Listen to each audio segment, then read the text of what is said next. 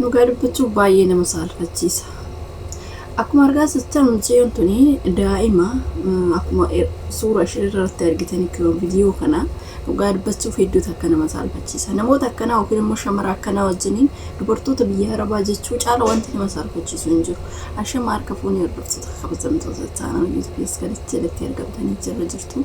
Bakka jirtanitti nagaan hojjeesiniif baay'eetu jechaa liqaa dhugaa dubbachuu fi yeroo baay'een waan tokko waan akkana kana waan argee baay'ee tokkoon saalfadha jechuudha. Garuu immoo beektanii qarshiidhaaf jecha gaafa namoota akkasitti dhiyaatan sanummoo akaakayyuu ta'aaf abbaallee osoo hin taane akaakayyuu ta'aaf daa'ima ganaa osoo argitanii dhugaa dubbachuuf irra galeetumaan ilaalanii tiiktookii ishee irratti irra galeetumaan ilaali. Garuu immoo daa'ima xiqqoodha ganaa beerutii kan jiraattu. Kanaaf jaarsichi abbaa haadha manaa hin qabu induutee jedhan gaafa beektee gaafii gaafatanii liibii dhufte gaafii gaafatanii haati manaa isa jalaa duute ani ergan deemee naannoo waggaa 5 jettee gin jaarsa akkana wajjin jiraachuun dhugaa dubbachuuf baay'ee tokko nama saalfachiisa. Qarshiidha jettee gaafa jaarsi kun du'e yookiin ilmoo qabaachuu danda'a. Ishee immoo fuudhanii gadi dabbu osoo maal hojjetatiin osoo waa tokko hin dalagin gara biyya ishee qad jettee galti. Baaxaan dhugaa dubbachuuf hedduu nama hin jedhamne baay'ee nama saalfachiisa jechuudha. Nama akkanaa gaafa argu jechuudha. Haa ta'u malee namoota baay'eedha namoonni akkanatti itti dhiyaatanii hin beektu tiiktookii irratti mucattii wayii beekte namichi wayii qabeenya qabaa harkaan qabu beektanii harkisaa dhibee wayii qabaa qarshiidhaaf jecha itti dhiyaatte namoonni irratti ka'anii turanii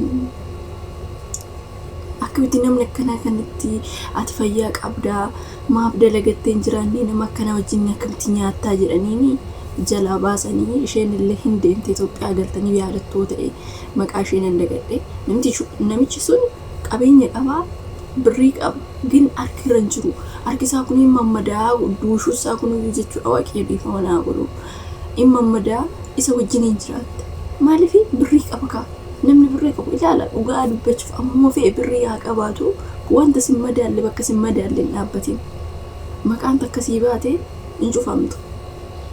Iyyeecha gaafa ta'e dhugaa dubbachuuf birrii hin baddisii hin dhuftis. Kanaafiyyuu bakka nama madaalle dhaabbachuurra bakka nama raa hin bareen dhaabbachuurra kophaa ofii jiraachuu wajji yookiin immoo an akka keetii wajjiniin walitti dhuftee yoo xaarratte qabeenyi sun ni dhufti isin galee durii warroota qarshii qaban warroota dureessa biyya Arabaa irratti shamarran keenya yookiin dubartoonni gaafa bingaalisaa ta'u maalisaa ta'u qarshii qabna jedhanii qarshiidhaan hin moofamu yeroo baay'ee ni beektu waan ta'eef kanaaf immoo abada namni fayyaa qabu ani fayyaan qaboo ta'e qarshiidhaan moofamuu hin danda'u. Uduu maaliif dhugaa dubbachuu bakka nama madaalle hin dhaabbadhu. Inni yaadattuu ta'e Beerut keessatti mucayyoo takkatu achi ture yeroo baay'ee Beerut kun sirrii miti. Yeroo sanitti ilma isaanii waliin jiraachaa turte. Achumaan ilma isaanii wajjin jiraataa turte akkuma waan fuudhetti wajjin jiraatte ijoollee godhatanii ijoollee lakkuu dhalte. Geesse yeroo deessu kanatti ilmoo ishii isaan guddattee guddisanii ijoolleen gurguddannaan ishii fuudhanii dhugaa dubbachuuf haatillee ni jirti biyyatti darban Itoophiyaa galchan bilookii kunas daa'ima ishee deebi'uu hin dandeessu. Achi bakka boosee warreen argitanii hedduu takka boochee daa'imti yaaman ijaan argutti jiraachuu hin danda'u jettee waggaa 5 jechuun asii miti ijoolleen gurguddifatanii booda ishii gara biyya ishiitti galchan. Yeroo kana maaltu bakka nama akkasiitti raamee maal barattu? Bakka biyya kee biyyuma keetii namni kee namuma keetii waan mafeeyyuu si godhu. Gin biyya ormaa kana keessatti sababa malee akkanatti gaafa ari'amtu osoo ofii keetiif qabeenya godhattee qabeenya godhanne tokko goobasiin hin jiru. Kan qarshuma saniin iyyuu biyya keessatti waa godhatu ni jira. Takka immoo waan qarshiin dhumutti fakkaatu yookiin immoo booda waan isheen irra geessu hin beektu. Isaan booda ishee hin galchanii gaafa galchan ijoollee kiyya jettee baqa hedduu takka buusee maraatte. So kanaafiyyuu biyyi ormaatii namnis anuma nama baqa isaan Araboof tumaaf ta'u nuti immoo keenya abashumaa jechuudha. Dhugaan bachuu namni amantaa tokko namni amantaa garaagaraa akka waliif fuune ni beektu. Kunis immoo biyya kiyya miti khalaas bakka ni hammadalli bakka baqa dhugaan bachuu narraa hin bareen dhaabbachuun gaarii miti. Dhiirri Habashaa jaalalan beeku akkana jedhanii deemuun ijoollee xixiqqaa waloon ta'an immoo nama gurguddaa kana kan biyyatti ijoollee qabu kanatu asitti dhufe nama rakkisaa jira jechuudha. Maqaa shamarran biyya Arabaa jedhamu hin oolanii beeksisa isaan immoo kan duriinnati hojjetus sinii gala. Kanaafiyyuu waan akkanaa kun sheemidha. Gaggaragarchanii ilaaluun namarra jira. Maaliif gaggaragarchanii ilaaluu gaafa siniin jedhu namni tokko maaltu na baasa? Ani akkamittan boru jireenyi kiyya boru maal fakkaata? Yookaan immoo biyya keessanitti hanga ta'e qabeenya godhachuuf yaadi. Booda tarii wanti tokko si mudate yookaan immoo innumtu jaarsi kun ati inni jaarsaa du'uu danda'a.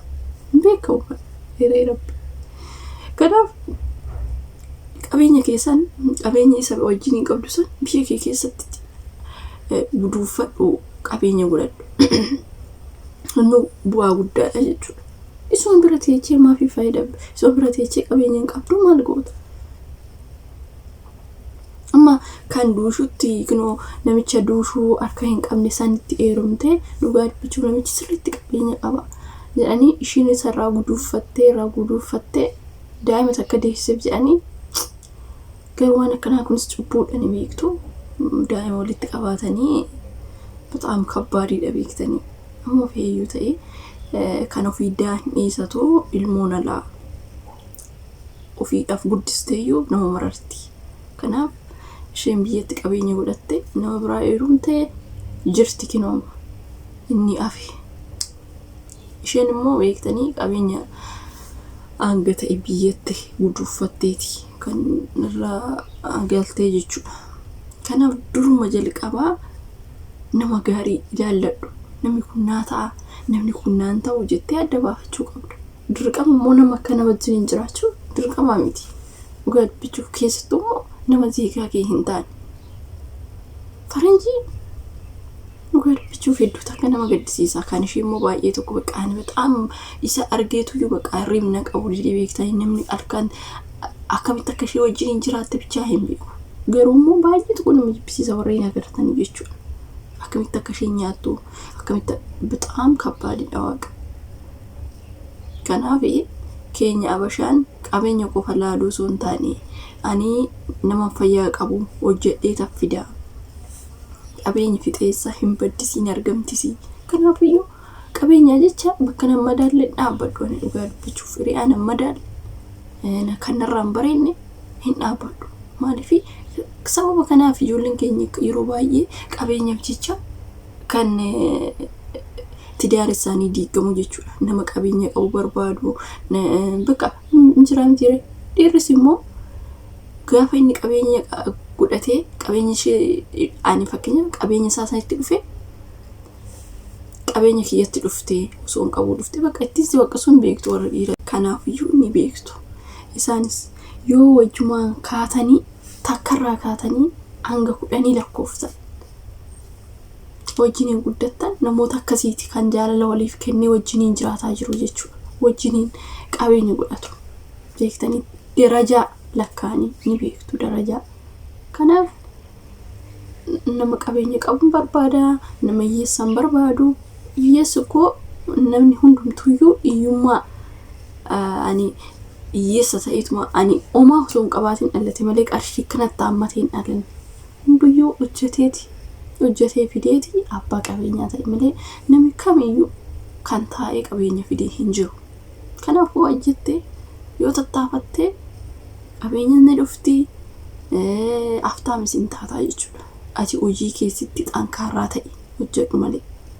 Kanaafuu wanti nani abbaa qabeenyatti dhiirumaa hiyyeessan barbaadu kaanireen kiyya naaf kenne kaanireen kiyya waaqayyo naaf kenne amiin jedhee fudhadha isin galee kanaafuyyuu waa'ee qabeenyatiin wal madaalchisee keenya dubartoonnis nama qabeenya qabu ni filatu waan akkasiitu jira beektan yeroo baay'ee kanaafuyyuu waan akkasii amala akkasii kana koomuu sirrii miti jedhanii gara kiyyaatti sinimmoo waan jettan qabeenya barbaachisaadha qabeenyi ani laazim nama qabeenya qabu barbaachisaadha ani ma fayyaan qaba dhugaa dubbachuuf qabeenya osoo waan matakkayyuu qabaachuu baadhee fayyaan kiyya naaf qabeenya kanaafiyyuu takkallee hin gaddu qabeenya dhabee jedhee angan fayyaa qabutti wasa akka hin gaddu maaliif fayyaan kiyya qabeenya naa caala waan ta'eef hojjedhee tan argadha